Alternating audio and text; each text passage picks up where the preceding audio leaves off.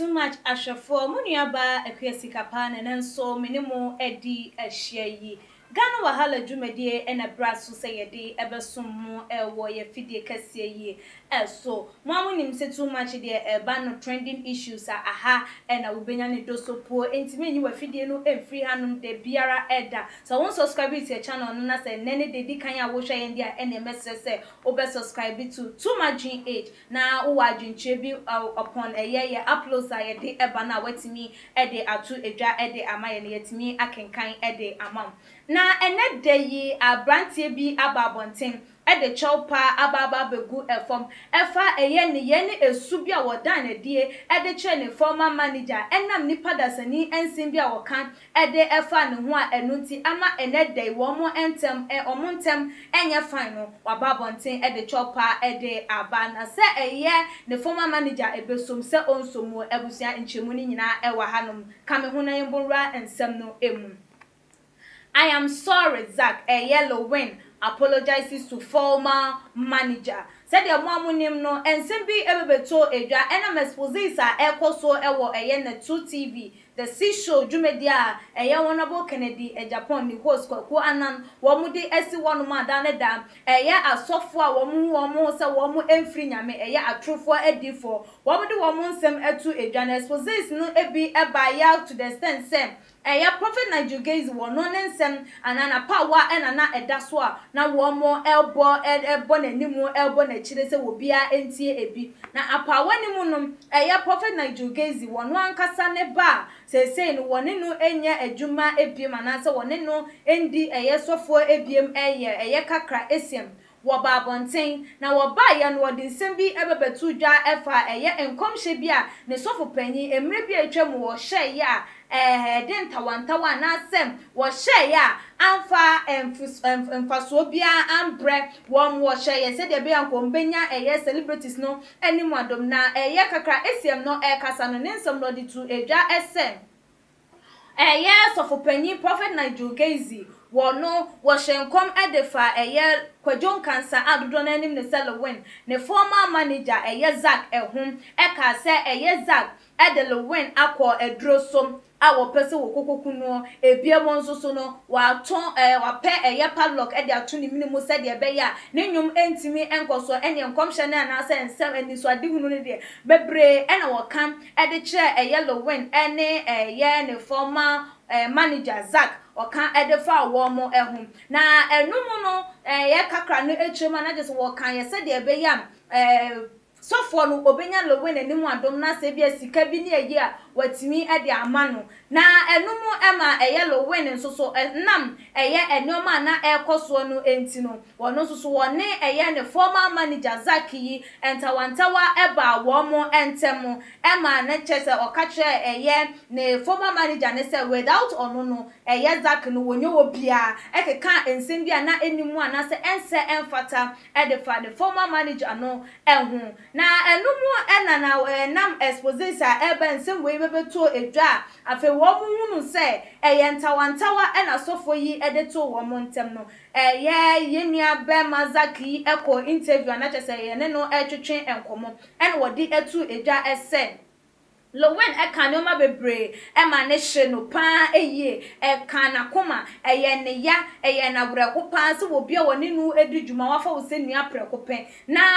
obi atimi aka asem bi se ya wutimi fanin other way round ma wo mo entem onua na wo mo entem nua do no emu etimi etete pa dia na ne ya pa na mo be kai krampo ZACK wo the video bi babonte na je se wo bo se nyankopon aka na asem ede ama no wadi akagina mu ede ama na ama no kureno etumi adan ediem na eno na said the ZACK eni age a wode beto abonti too much ZACK de na yamfa nka memo ye de tudwa ma muhunu ye eno na Lilwin hwe said the ensem ne kona na chese hu behia se wono nso so obeba abonten na wode chopper abre ne former manager se wo no so no enam nuadra na wo mo entem ayonkofa na wo mo entem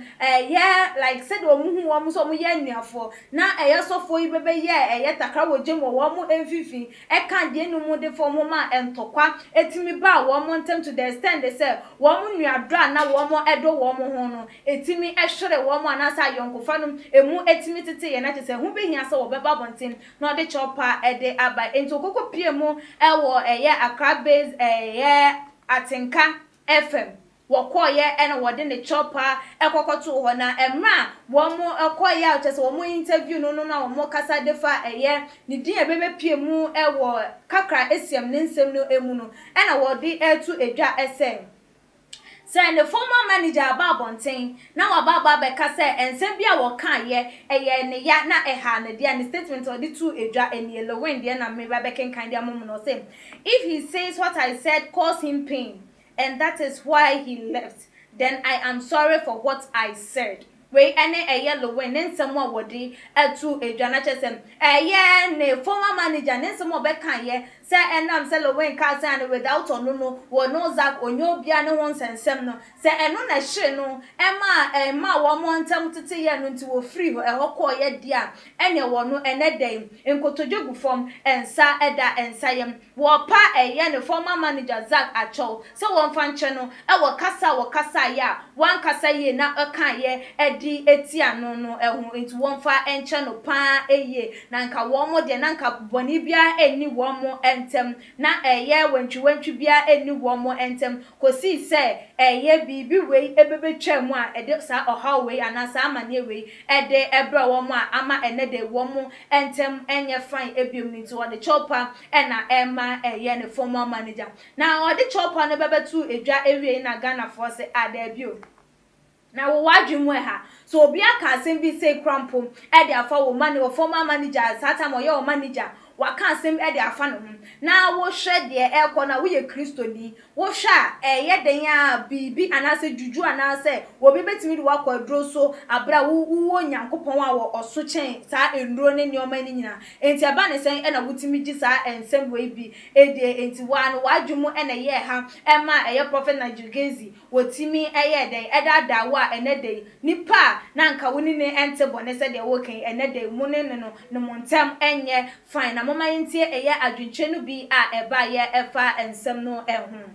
yenua Ebeneza ede wode eba wo say how do you allow yourself to be fooled by someone that you don't even know, but your manager you knew, and you can testify that he can't do anything bad to you? So why did you allow a prophet to destroy that friendship and brotherhood between you guys? On also so ne dia wode etu edwano said banesem e na wotimi ma wo ho kwan say wo bia wonim no wotimi betete wo ni wo bia chese wone no atena ache ma yonkofa emu wa ma wani anda ho yenua agaro e dia wode eba yo say you see what Nigel has caused you. Honorable Ken, God bless you, because if not you, he wouldn't have realized all what he did, and now he is apologizing. I hope ZACK will forgive him. Or also so Eddie and say what him dear software na di for Nigel what they wo ene wo yonko wo how na say amania what they ato and I went to the ato one one kasa said they can win ya be ma entem da honorable candidate Japan ase so wetimi ama kwan amasa no kurewe nyina etimi adede nka nya onu ankasa no kurewe nya de senka eba abonten ama wo Lilwin waba beti bie na nka chopper we krampo no etimi edru ZACK enim etu ono so ehu ne se ZACK onhwe na wonje chopper no emfa entum emma Lilwin na wo mo enso entimi nye se enkane no se de na wo mo etie yenua da sebre edia wode eba ye osem ZACK, please just accept this apology. I know it is hard to do so, but if you forgive your brother, you haven't done anything. No, so no. Or say we dear, yenua ZACK onje chop and won some is answer wo de unya phone so cha na won fa hwe enche Ebusua aha e na brebe ma ye kwan ama ye di dwumadie no esie yenua no binu magentwe o mo de ba ye eno no wo so wo fie wadwentwe efa ensem yi hu enesen fa bra e wo too much comment section share your videos yi efoma enuanom ne adofo no like your videos nso so efa ema ye me adoma no so say dey nya upload video bia watimi enya notification na wonso so watimi a share e dey ama anuanom ene adofo follow yen e wo ye IG page @gh_ na emrepa no making kama dwenche no e dey ama midin ene ekua sika pa dasne ye besane hia fitiani asese ni din ene your friend say mechanic na prophet kumichacha ma sesa me YouTube no ba bia me hwe bia ma change afro ene maba too much gh hwe na prophet kumichacha me so me hwe